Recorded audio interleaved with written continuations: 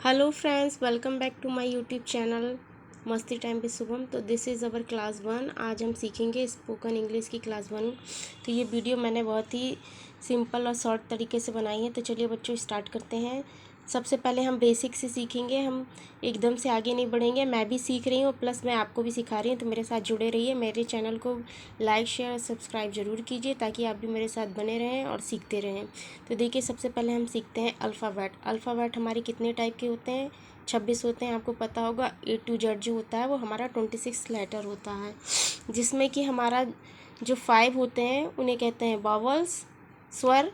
जो कॉन्सोनेंट होते हैं वो कहलाते हैं व्यंजन, जो होते हैं 20।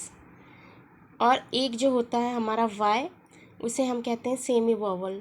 उसे हम सेमी वॉवल इसलिए कहते हैं क्योंकि देखिए, जैसे मैंने यहाँ पे लिखा हुआ कि जो वाई है उसको कई लोग वाई पढ़ देते हैं, तो इस वाई से हमारा ई का भी उच्चारण होता है और या का भी उच्चारण होता है। तो मैंने यहाँ पे देखिए ये समझाया है।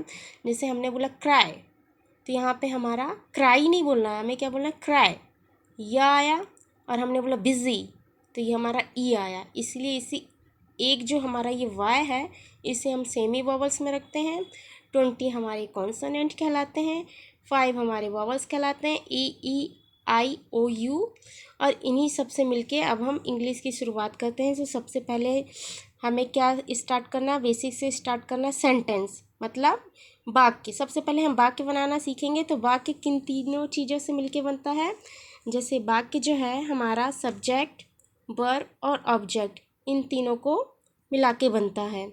तो जिसमें देखिए, जैसे मैंने यहाँ पे ये एग्जांपल समझाया हुआ है। सब्जेक्ट जो है जैसे सी स्पीक्स इंग्लिश, तो इसमें सब्जेक्ट क्या है हमारा? सी।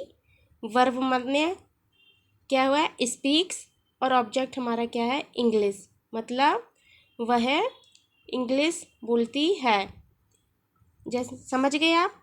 तो अब देखिए, ये हमारा सेंटेंस को हम लेते हुए चलेंगे, जो कि हमारे मतलब नॉर्मल से हम वर्ब मतलब वी वर्ब मतलब होना, क्या हो रहा है नहीं हो रहा है, उस पर हम बात करेंगे। तो जो हमारे इंग्लिश में 3 टेंस होते हैं, प्रेजेंट टेंस, पास्ट टेंस और फ्यूचर टेंस।